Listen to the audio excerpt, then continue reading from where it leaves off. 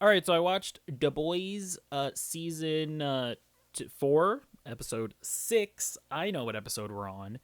Yeah, I watched it, and it was there were things that happened in this one. Not gonna lie, I don't know that I needed to see all of that. You know, I don't know that I needed to see Huey go through all of it in such explicit detail that they showed it. Um, what was the last episode? Or not last episode, last season. There was like an episode where there was an orgy, and I remember they were like really hyping that one up as being like, "Well, bro, you have no idea what we're gonna do this season in The Boys. It's gonna be crazy and wacky." And then I remember that episode came out, and we were all just kind of like, "Yeah, I mean, I guess that was kind of extreme." Um, well, I feel like what Tech Knight does to Huey in this episode, and Ashley for that matter, I feel like it was way worse than anything that we saw in that one episode. But either way, it did happen. But yeah, uh, I guess to move on to the actual story of the episode. I liked Firecracker actually in this episode. Is that her name again? I forget. The Southern superhero. You know what I'm talking about. I like how they kind of showed her at the beginning of the episode, and she's like completely out of place in this like rich people party. I'd be the same. I'd probably eat that weird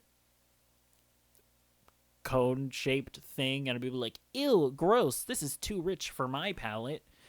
Get me a get me a McChicken sandwich, please. um and you know, she's like completely rejected by Homelander and stuff at the end.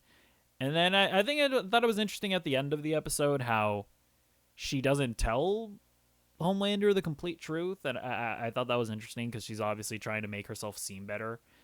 And then yeah, there's more freaky stuff in the episode where I don't remember how she knew that exactly, but or if they ever showed how she knew, but I guess she knows that Homelander has a mommy fetish, and she was able to get herself to shoot milk from her, you know, from her boobas. Just too much.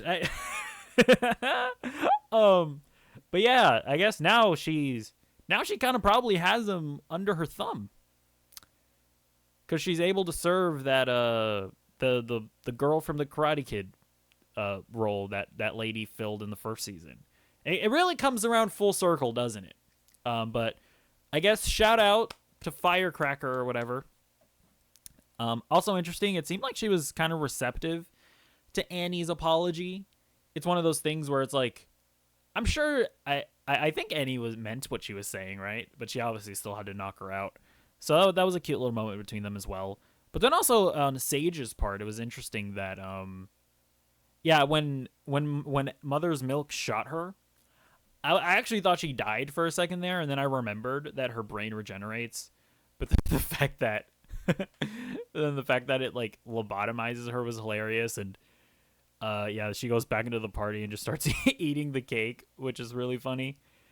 Um, but then I guess yeah, that gave Victoria the opportunity to step up and be like, yes, I'm gonna sell out my soul to appease these billionaires. Yes, I'm a politician. Yes, women power. I'm such a boss queen. I'm that was a really weird and but well written moment where like Homelander wasn't able to deliver the speech because he's like clueless. Um, and it's like, yes, Victoria Newman, yes, but also, oh no, she's selling her soul. um, but that was genuinely hilarious. Genuinely one of the funniest moments of The Boys was when was when Victoria and Sage are nodding at each other, but Victoria doesn't realize what's going on, and Sage just keeps on nodding. That was genuinely hilarious. And then the other probably highlight of the episode, to be honest, was everything that went on with Butcher. They kind of revealed that Jeffrey Dean Morgan's character is all in his head. Insert the meme of the YouTube arrow, red arrow with yellow text saying "all in his head." Insert that meme. Yeah, that was actually a very good moment as well.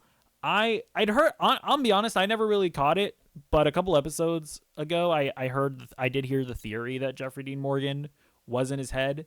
And then over the past few episodes, I've been like, oh yeah, that's probably true, actually. And then they finally confirmed it. Really, really chilling way to end the episode with Jeffrey Dean Morgan saying "Daddy's home." That was a really great performances with him and Butcher. That like really great stuff.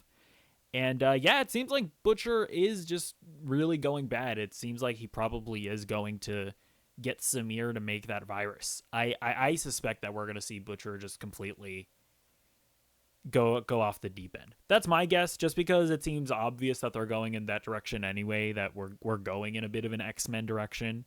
And yeah, having Butcher create a virus that ultimately makes him one of the bad guys, I think that seems like a good way to go. Or that seems the direction that they're going.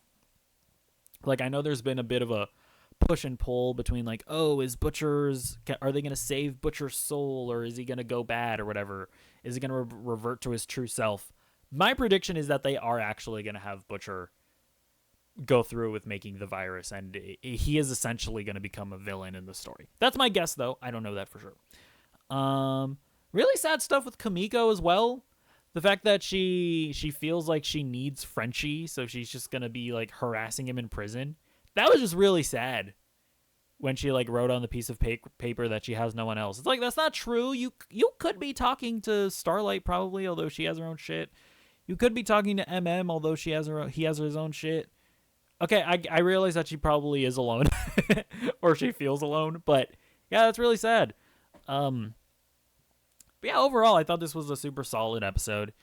And yeah, I think it's a solid season so far. I know that there's some people that thinks that it's a little over the top with its with its politics. I feel like I talked a bit last week about how, at least with like the firecracker thing and how that kind of correlates with the whole Dr. Disrespect situation, I'm like, I feel like our politics is just so crazy right now. Like, I'll be honest, every time I hear the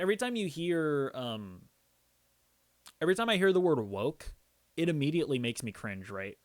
But the reality is that there are a lot of conservatives that unironically use that term. I mean, it is true. So like when Victoria was like, I know you expect me to be one of those woke liberals or whatever. It's like, that stuff is cringy to me, but people actually talk like that. So it's one of those things where it's like, I don't know that it is over the top, because our politics are so crazy right now that I don't know if it's possible to be over the top when it comes to political stuff in a show like this. So I don't know. I think the season's solid so far, but let me know what you think in the comments down below. And I'll see you in the next video. Goodbye.